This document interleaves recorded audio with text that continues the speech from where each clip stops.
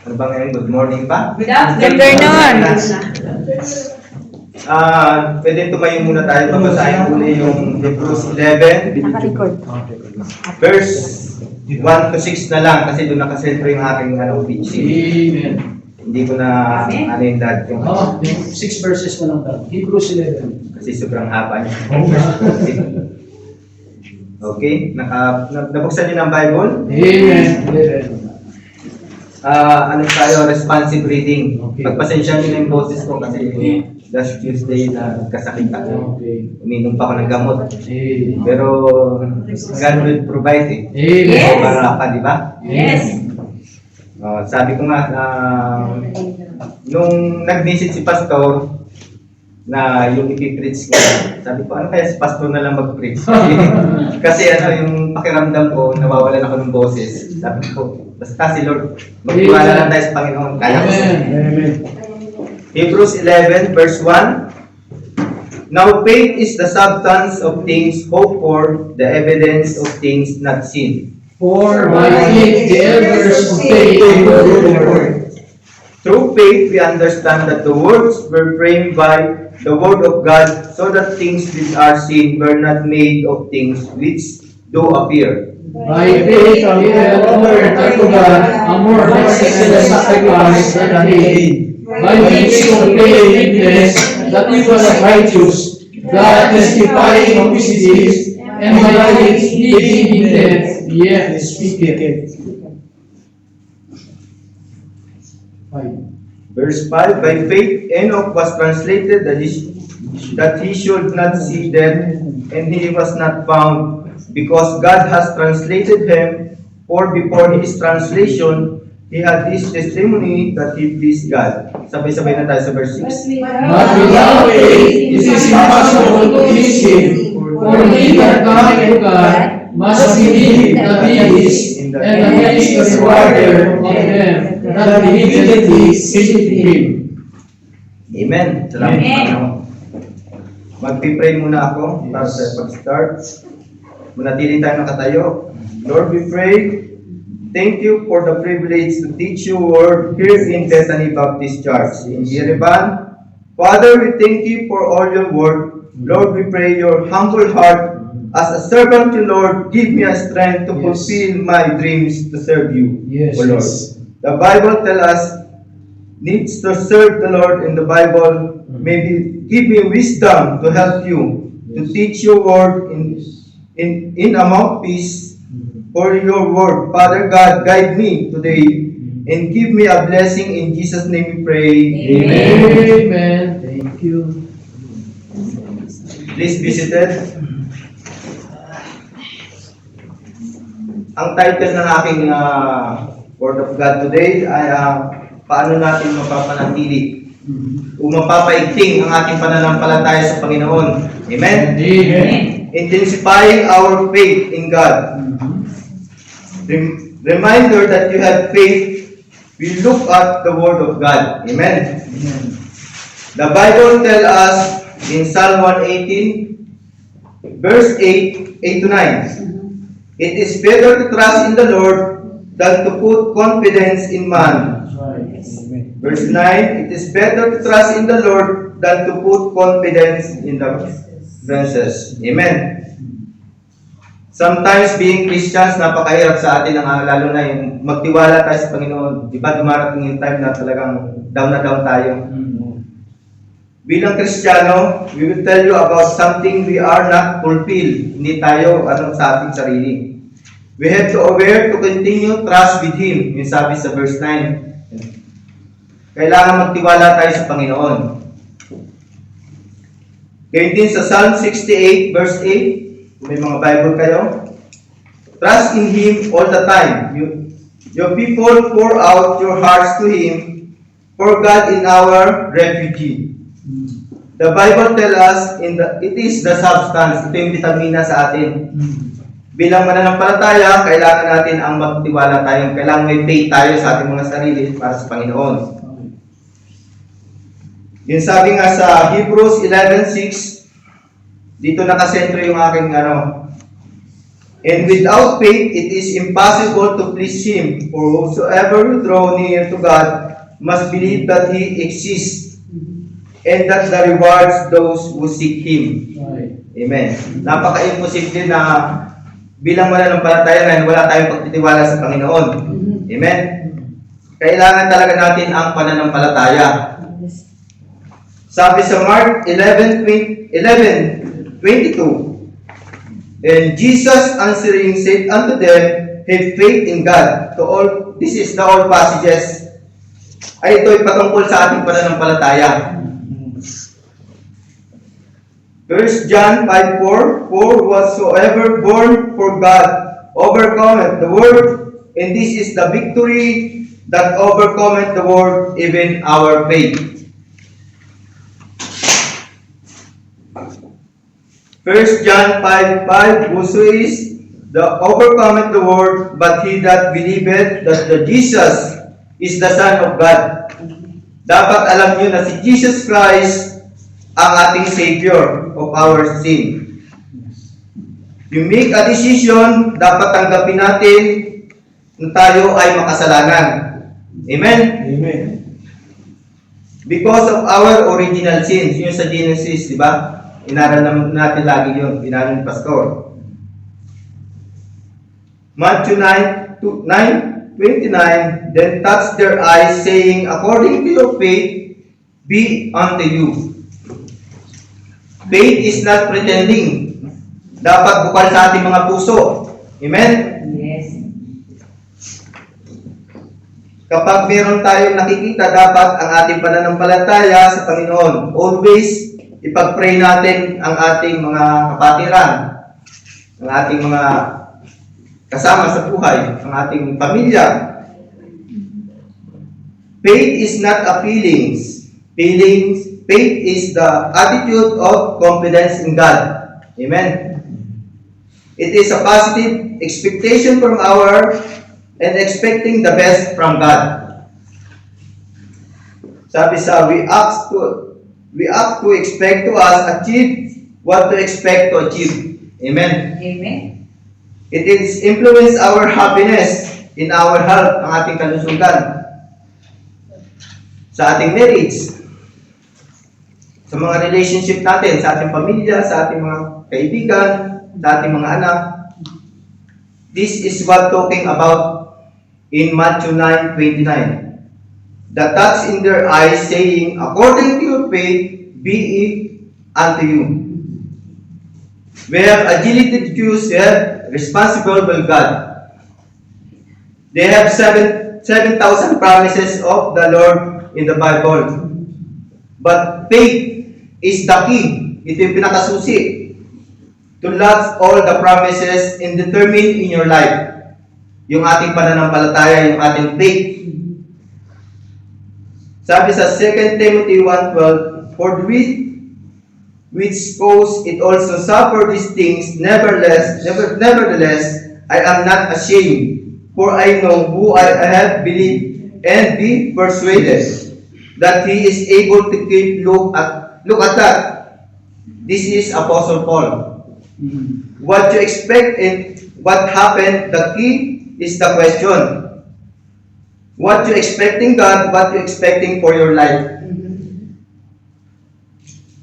Some of you expecting, you have, diba, sa ating buhay, minsan pag may karelasyon tayo, minsan nag-expect tayo. May expectation tayo eh. Tapos ina-expect natin na, di ba yung long relationship, minsan napakahaba na ng relasyon. Tapos nag-expect tayo na kailan kaya mag-propose. Ay, Amen. Sabi sa 1 Samuel 17:32, and David said unto Saul, let no man's heart fail because of him. The servant will go and fight with this Philistine. This is the story of David and Goliath. You remember? yes. It's a familiar story. Goliath is a giant from the enemy nation. It is 9 feet tall, matangkad, with heavy metal, and Israel's armies afraid to Goliath, natatakot. Kasi sobrang laki, di ba? and says, you're the best man. And fighting whatsoever we wins the battle, everybody is frightened to death. Natatakot, mamatay. Kasi siyempre, sino ba naman hindi matatakot kay Goliath? And sa 1 Samuel 17:11, when Saul and Israel heard those words for the Philistines, they were dismayed and greatly afraid. And David said, I'm not afraid. Hindi siya natatakot. David di ba sa Tagalog lang siya nagtupa. Pero sabi niya, I'm not afraid. Hindi siya natatakot. And sa 1 Samuel 17:37, Philistine and Saul said unto David, Go, and the Lord be with thee. Huwag kang matakot kasi ang Panginoon ang nakasama mo. And three things expecting the best from God that's in our lives. Unang-una, it honors God. Right. Amen? 1 Samuel 17:46-47, This day will the Lord deliver thee unto mine hand, and I will smite thee, and take then head from thee, and I will give the carcass of the host of the Philistine. This day unto the fowls of the air, and to the wild beasts of the earth, that all the earth may know that there is a God in Israel. Sa 47, In all this assembly shall know that the Lord saveth not with sword, and speak for the battle in the Lord, and He will give you unto our hands. So look at that. That is the faith of David. It honors God. Matindi ang pananampalataya ni David. Ito yung sinasabi sa Hebrews 11:6. But without faith, it is impossible to please Him, for he that cometh to God must believe that He is, and that is rewarded for them, and diligently seek. Kailangan ang ating pananampalataya ay mag-level up. Amen. Need natin increase ang ating faith. With that, sa ating church natin, God will provide. Diba? Amen. Sa all expenses, kala natin hindi natin kakayanin. Tanda ko nung pala si pastor. Naalala ko. Sabi ni Bro Darwin, Bro, ano kaya dito na lang tayo sa bahay mag-charge? Kasi wala si pastor. Sino mag-aabono? Sabi ko, bro, God will provide. Amen. May iniwanan si pastor. Huwag kang mag-alala. May 40K na iniwanan si pastor. Kaya huwag tayo mag-alala. May ibig sabihin 40K. May dalawang Sunday na tayo ligtas. Amen? Amen. Pero nakayanan. Pero nakabalik na si pastor. Nandito pa rin tayo. Diba? Amen.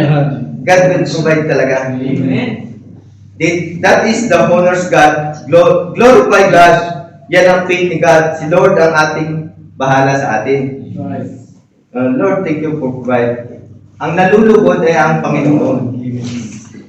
When you act with faith, kailangan seryoso tayo sa sinasabi natin. Di ba? Like si Muhammad Ali, kung you remember, if I lose this fight, I will retire prior to first retirement. Natalo siya 2 beses kasi nagkaroon siya ng doubt. Dapat huwag tayo magkaroon ng doubt. Dapat magtiwala tayo sa Panginoon. Amen? Right. Increase your ability. Naalala ko si Brother Darwin, sabi niya, bro, siguro dapat tayo, yung pananampalataya natin mag-level up. Siguro. Kaya napakabuti natin na nakasama natin si Bro. Talagang lagi niya rin pinaalalahanan. Amen? Amen. Sabi sa 2 Samuel 21:22, These four were born to the giant in God and filled by the hand of David, by the hand of this servant. They had confidence with God, expecting the ability of God. Dapat ganito tayo mag-isip. Kay David, it is a good motivation to all of us. Nothing is impossible with God. Amen. Kasi si Satan lagi lang nandiyan eh. Di ba? Ang favorite, nga ni Satan, di ba? Lagi pag si Satan ang nag-ano, lagi, hindi kaya yan. No cannot do it. Need po natin ang pananampalataya kay Lord. Amen. Hindi sa ating mga sarili. Kapag sa Bible tayo titingin, di ba? Sabi nga ni Jeremiah, di ba, pag sa Bible, sabi niya si Jeremiah, I'm too young. He said, I'm not educated. Sabi ng iba, I'm too old, di ba? But if the Lord don't choose lack of ability, God will provide. Amen? Number 2, it increase our ability. Right. Sabi sa 1 Samuel 17:48-50, yung binasa ko kanina. Number 3 na tayo, it encourages other people. So 1 Samuel 17:51-52. Therefore David ran unto stood upon the Philistine, and took his sword, and drew it out of the sheath thereof in slow aim. And cut off his head. Ginamit niya yung sword ni Goliath. Di ba? Wala naman siyang sword. Ang gamit niya yung sling. Tirador. Therewith, when the Philistines saw this is a champion, and then they fled. And sa 1 Samuel 17:52, and the men of Israel and the Judah arose and shouted and pursued the Philistine until they come the valley to the gates of Ekron in the wonder of the Philistine, fell down the way to Sharam, even unto God and unto Ekron. So look at this, is it enthusiasm. In faith, they are continuous to find encourages. The people look at the attitude of the people of Israel to get in the winning team. Sino pa yung ayaw sa winning team? Di ba lahat naman gusto sa winning team? Right. Nakaka-encourage sa iba, dapat nakakasabay tayo. Some of you nawawalan minsan ng faith. Kailangan talaga natin ng faith. Dapat hindi tayo negative. Dapat always positive tayo. Amen? Amen. Meron pa kayong kilala ng mga laging-laging nasa isip ang problema? Meron. Looking things in the dark side. Of course. How to develop our positive side. You need to work hard. Kailangan. Building your faith, kailangan natin ang intensifying our faith. You need to work hard. Kailangan natin ang 5 principles from God's Word to rekindle and intensify our faith in God. Kung paano natin mapapaigting ang ating pananampalataya sa Panginoon. Amen? Amen. Brethren, if you are more than your life, you have to intensify. You need to increase your faith. Yes. Kailangan, number 1, start your day with faith, not doubt. Amen. Sabi sa Psalm 5:3 sa Bible, my voice shall thou hear in the morning, O Lord. In the morning will I direct my prayer unto thee and will look up. Sabi sa Psalm 5:3 yan. Minsan gigising tayo pagkatapos masungit, di ba? May kilala ba kayong ganyan? Pupunta na naman sa trabaho, hindi nagpapasalamat sa Panginoon, sasabihin, kainis. Trabaho na naman. Makikita mo na naman yung manager mo na minsan wala kang break time. Kilala pa kayo dyan. Be thankful all the time. Kailangan dapat ganun. Lord, in the morning will direct in my prayer. Kailangan magdasal muna tayo. And we look up sa ating Panginoon. Right. How we wake up in the morning? Are you happy? Yes. Masaya ba kayo or are you grumpy? I'm happy, of course. Amen. Amen. God says, start your day with faith, not doubt. Start your day with good expectation. This is a great day. Dapat ganun tayo. Rejoice and will grant it. To develop more positive personality. Start your day with God with good news. not bad news. Minsan, pinubuksan nyo ang mga cellphone nyo, puro maraming bad news. Minsan, puro sa pamilya, kailangan ng padala. Kailangan start your day with the Word of God. Amen. Kailangan nagbabasa tayo ng Bible. Kung hindi man, kagaya ko, nahirapan ako magbasa ng Bible sa tablet. Sabi sa number 2 na tayo. Look for something good in everyone and everything. Amen. Amen. Sa Romans 8:28, all things together for good. Kailangan yung magagandang bagay ang ating inaasikaso kung anong makakalugod sa Panginoon. Kaya din sa Romans 8:28, all things together for good. Sa Psalm 18:28, for thou wilt light my candle, and the Lord my God will enlighten my darkness. Magiging optimistic tayo to handle yung ating mga problema. Sure, they have obstacles, hindi mawawala yan. They have the hindrance, they have problem, but we can handle it in God's help. Amen? Amen. Sa James 1:3, knowing this is the trying to our faith worketh patience. Kailangan tayo ay i-ano natin ang faith, kailangan may pasensya tayo. Amen? When it comes to problem, don't deny. Labanan natin. Huwag natin i-ignore yung ating mga problema. Amen? Harapin natin ang ating mga problema. Positive attitude. Look at that. Future be malis. From people say wala nang magagawa yan. Diba? Minsan sinasabihan tayo, si bro, hindi na magbabago yan. Lasinggero pa rin yan. Diba? People say, sa aming tao yun. Hindi na magbabago yan. Kaya kailangan natin look for something good for everyone. Huwag natin titingnan yung mga bad side natin. Kasi wala namang perfect ng tao eh. Lahat naman tayo nagkakasala. Diba? Number 3 na tayo. Ang malapit na matapos na. What's your word? Amen. Pag-ingatan natin ang ating mga pananalita. Amen? Yes! Ephesians 4:29.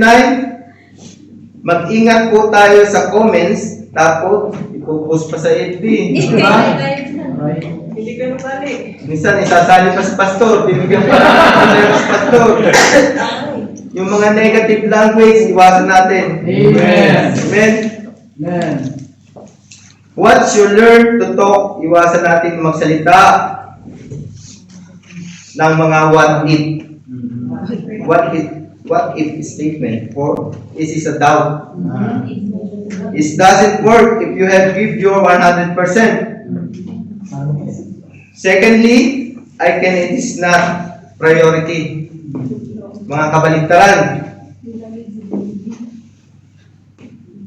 Sabi sa Philippians 2:13, I can do all things strengthening. Ano pang meron pa? Yes pa. Yes, tapos may but pa. But people say, I don't want to grow. Ayaw natin lumago. Minsan, I don't want to be apart. Kailangan eliminate this. Kailangan tanggalin natin yung mga pananaw.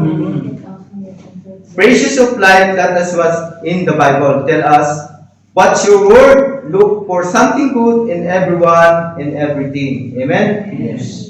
Start the day with faith, not doubt. Number 4, associate with positive people. Amen. And avoid complainers. Tell me your friends and I will tell your future. Diba? Sabi sa 1 Corinthians 33, be not deceived, evil communication corrupt good manners. That's right. What's your friendship? Your relationship? Critical, minsan nagiging tayo, complaining, looking the wrong things. The Bible says, stay away from them. The Bible telling us, Huwag kayong makikisama sa mga yan. Dapat iwasan natin yung mga ganyan. Instead, with the positive people. Doon tayo sa mga positive people. Negative people did not stay long in Bethany. Amen? Tama. Di ba nawawala? Hindi nyo napapansin yung mga negative people. Dati kasama natin, ngayon wala na. Because negative people don't like the positive people. Yes. Because they irritate you. Amen? Sabi sa Hebrews 13:7, remember them which have the rule over you. We have spoken unto you the word of God, whose faith follow and considering the end of their conversation. Amen? It means you have to if you're a good leader, you want a good leader, you have a positive person. Amen? Bible says, one of the mark of you have faith. Gusto ko ang pananampalataya niyan. Para sabihin na sa mga member, gusto ko dapat ganyan din tayo.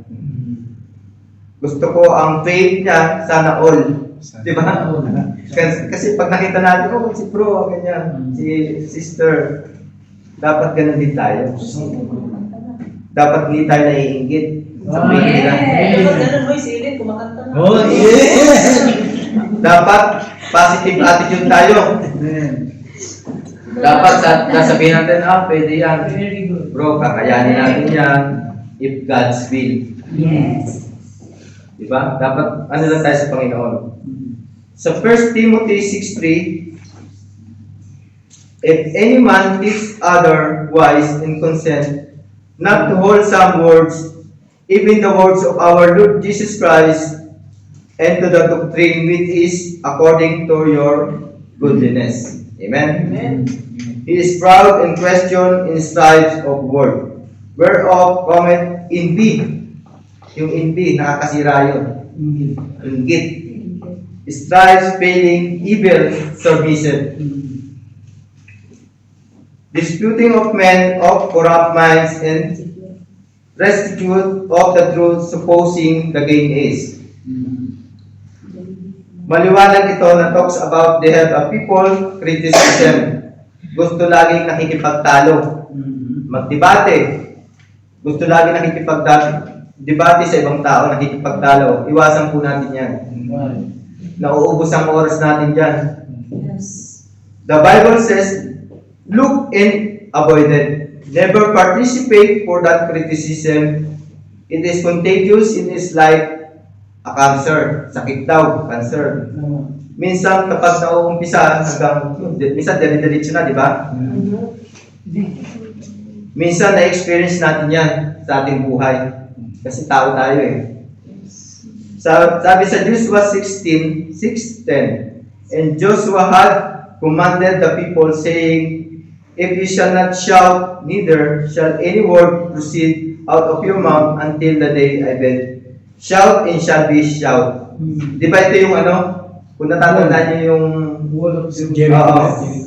nung papunta na sila, dapat huwag kayong kasi once na magkaroon ng na isa o dalawa na tutol, minsan di ba magkakaroon ng problema. Kaya dapat tahimik lang kayo hanggang sa marating nyo ang tagumpay. Amen. Kailangan walang lalabas na salita sa inyong bibig. Yun. Bakit kaya? Meron nga, siyempre sasabihin, hindi maganda, ganyan-ganyan. Mali, hanggang sa nag-back out na. Di ba? Yes. This is the root of negativism, it is fear. Yung balikan natin sa Genesis, di ba? Yung kay Adam, say, I am afraid. When you see somebody negative person, it is takot, is insecure. When it is afraid, somebody threatening na walls go up. Amen? Avoid negative people and complainers. And finally, matatapos na. Number 5, when you pray, thank God in advance. Sa Mark 11:22, and Jesus answering said unto them, have faith in God, for verily I say unto you, that whosoever shall they say unto this mountain, be thou removed, be thou cast in the sea, and shall not doubt in this heart. Amen. Sa 24, therefore I say unto you, what things soever desire, when you pray, believe you receive, and you shall have them. Amen. This is a dynamic principle. If you don't expect the answer, you may be not to pray. You must believe in advance. Believe in that you will be received. You must believe in advance. Kaya ako naniniwala in advance. Di ba? Advance and advance. Nalalago tayo. Yung pag-alis natin dito sa simbahan, di ba, may lilipatan tayong mas maganda. Amen. Isang good opportunity to all of us. Amen? Amen. Yes. Kaya supportahan natin si Pastor. Amen. Because they have believed in advance, you have to pray, thanks God in advance. Amen. Kailangan ipagdasal na natin ngayon pa lamang. Hindi pa tayo nakakalipat. Kailangan ipagdasal natin mabuti. Amen. If you believe, whether you take it or not, is out of gratitude. Have faith in God, but without faith, it is impossible to please God. For whatsoever you draw near to God, must believe that He exists, that you have rewards to those who seek Him. Amen? Amen. When you pray, thank God in advance. Sabi sa John 11:41, then they took away the stone from the place where the dead was laid, and Jesus lifted up his eyes and said unto Father, I thank thee that thou hast heard. Di ba yung kwento sa yung kay Lazarus na you remember? Yes. Binuhay niya yun, di ba? Ang sabi ng Panginoon, thank thee that thee must heard. And humanity ng Panginoon, in the next verse, is saying to thee, the people around me, that is a faith thinking God in advance. Amen? Amen.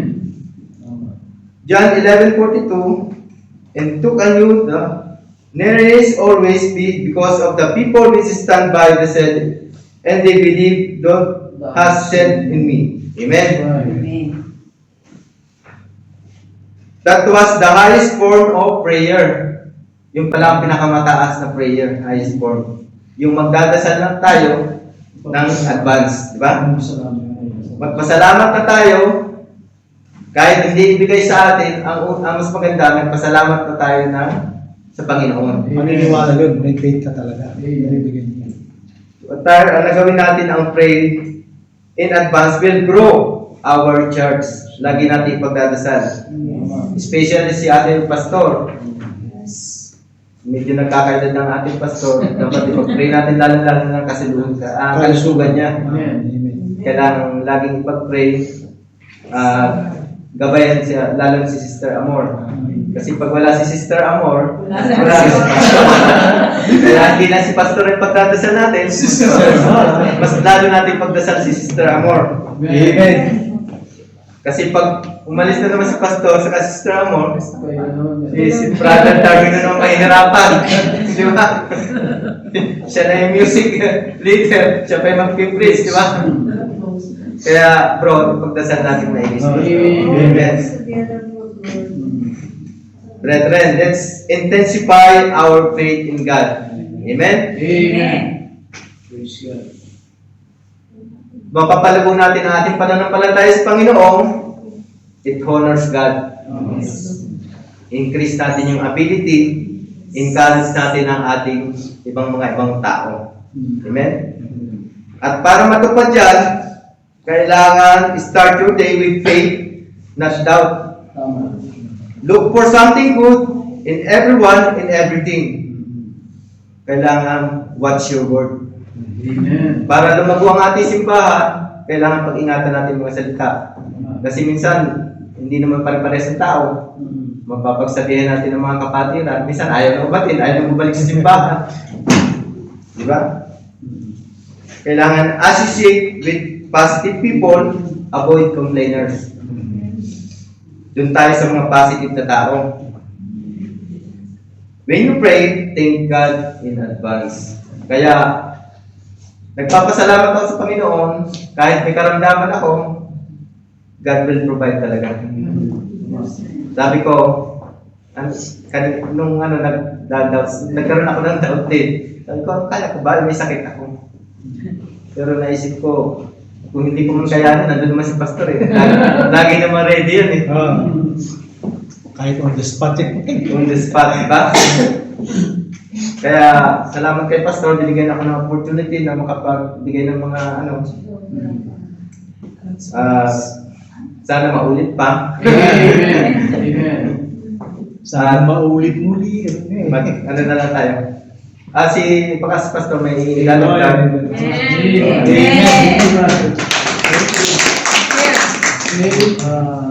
Salamat kapatid. Alam nyo, bilang pastor, natutunan ko po yan, ang pastor, ang magaling na leader daw nakakapag-train ng mas magaling sa kanya, no?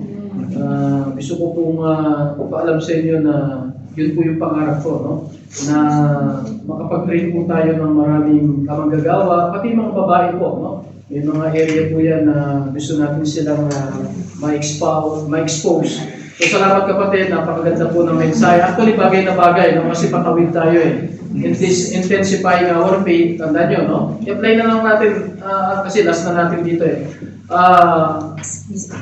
Yung paglipat natin, actually, it takes a step of faith yan. Kasi mas malaki yung lugar. Tanda nyo yung lugar po nung, kung hindi nyo pa nakita, doble nito, maybe 2.5. So kung ito po ay nagsisiksikan na tayo pag nagkakasabay-sabay, no? Ibig sabihin, kaya po natin punuin yung kahit dumoble, no? Pangalawa, mas mataas po ang upa, pero God will provide, no? God will provide. So salamat kapatid, ulitin ko po, tama yun, no? Simulan natin ang araw natin na positibo. Yung kahit na minsan, di ba, binabangon ka nga sa panaginip, pag bangon mo, kalimutan mo yung panaginip mo, sabihin mo lagi, makakita ko na naman kung paano kumilos ang Panginoon ngayong maghapon na to, no? So pray lang tayo, katulad ng verse na binasa niya sa Psalms 5:3, no? Pag-isip mo sa umaga, look up unto God. Magsimula tayo sa Kanya. Then, look something good for everything. Totoo yun. Romans 8:28 yan. God is sovereign. Ibig sabihin po noon, kahit anong sama ng sitwasyon, may gera man dyan, may COVID man dyan, may sakit ka man, always look for something good. Meron. Imposibleng wala. Kasi nasa Bible na eh. All things work together for good. Lahat, kahit na yung sa tingin mo masama. No?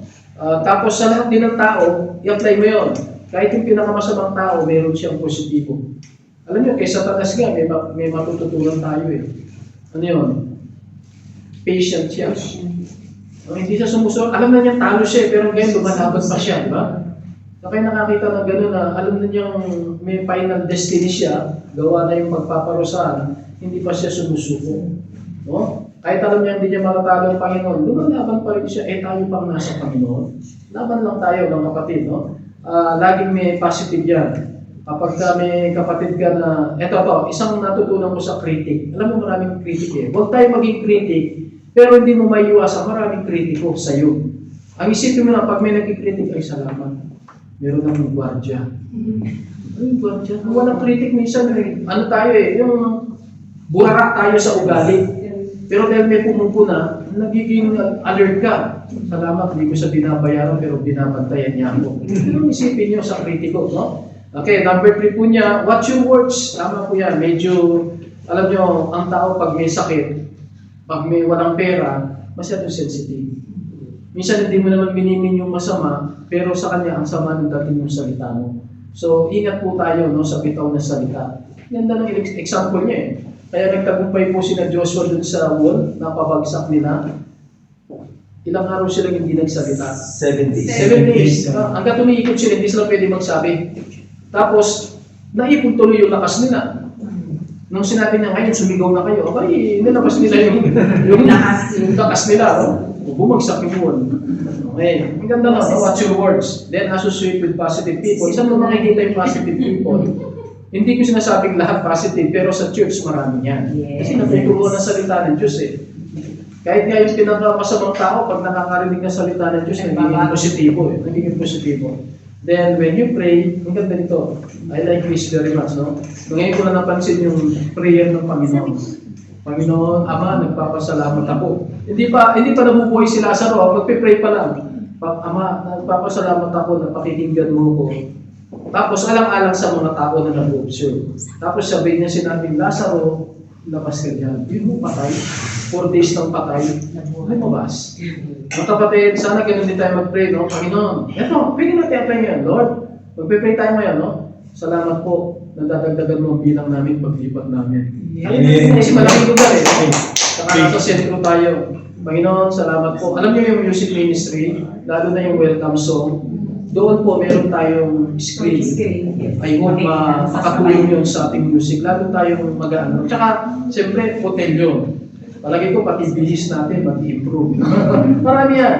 Pati yung ano natin, marami yan. Basta, think in advance. Mag-pray na tayo in advance. So, tayo po tumayo, mga kapatid. Again, after po mag-pray, meron pa po tayong dalawa pang activity na gagawin. But salamat po sa Panginoon. Apply natin ito, natutunan natin, intensifying our faith in God. No? Paigtingin natin ang ating pananampalataya sa Panginoon. Ganda ng verse, no?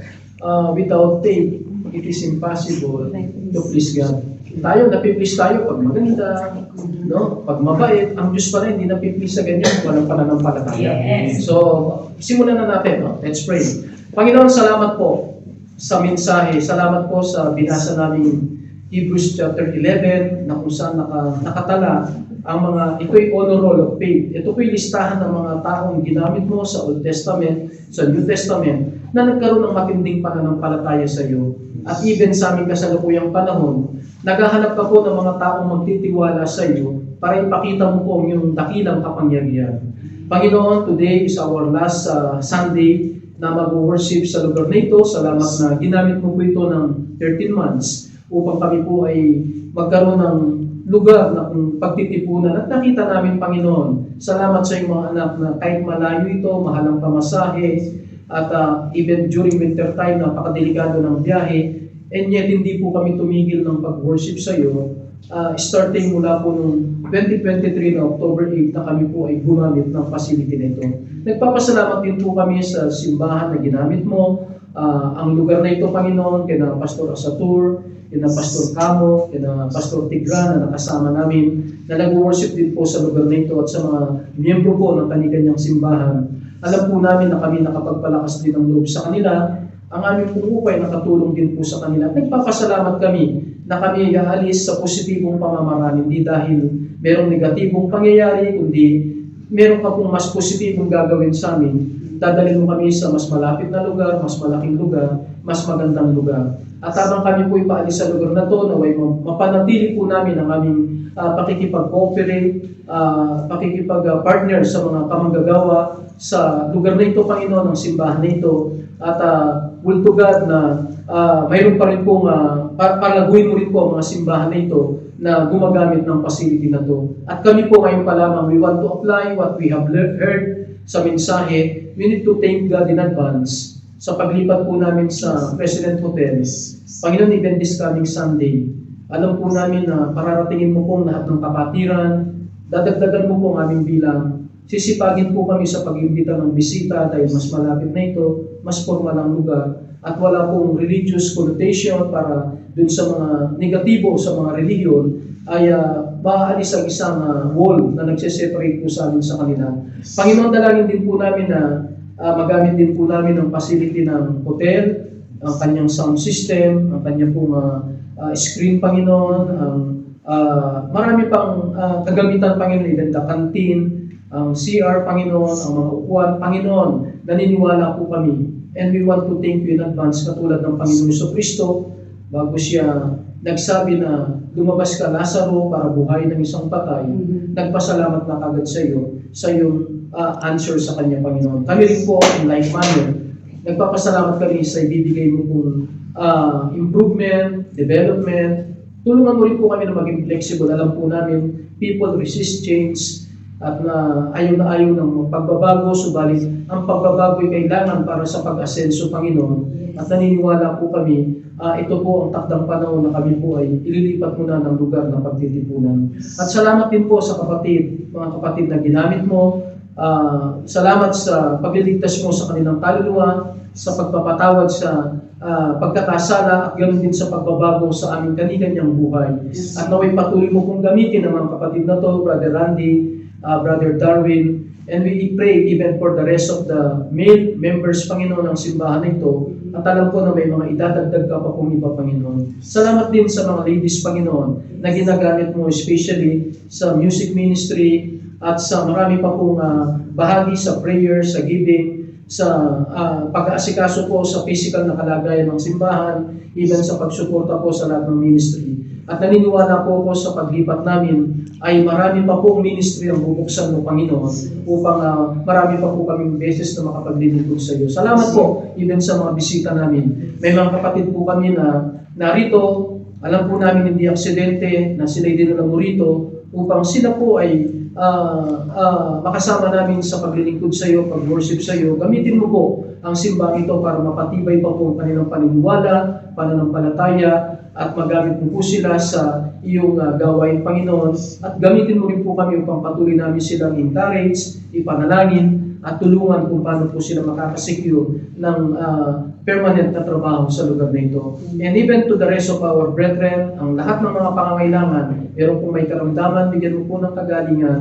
Ang meron pong kalungkutan, bigyan mo ng kaaliwan na nasa kagipitan, bigyan mo po ng kaginawaan. Panginoon, muli tanggapin mo po ang aming sama-samang pagpupuri, pagdakila sa iyong banal na pangalan, igawad mo po ang iyong mahalagang bendisyon sa bawat isa sa amin. Sapagkat ang lahat po ito ay aming hiling at dalangin, puno ng pagtitiwala at pasalamat sa pangalan po namin, Panginoon Kristo. Amen. Salamat po, mari po kayo magsiupo.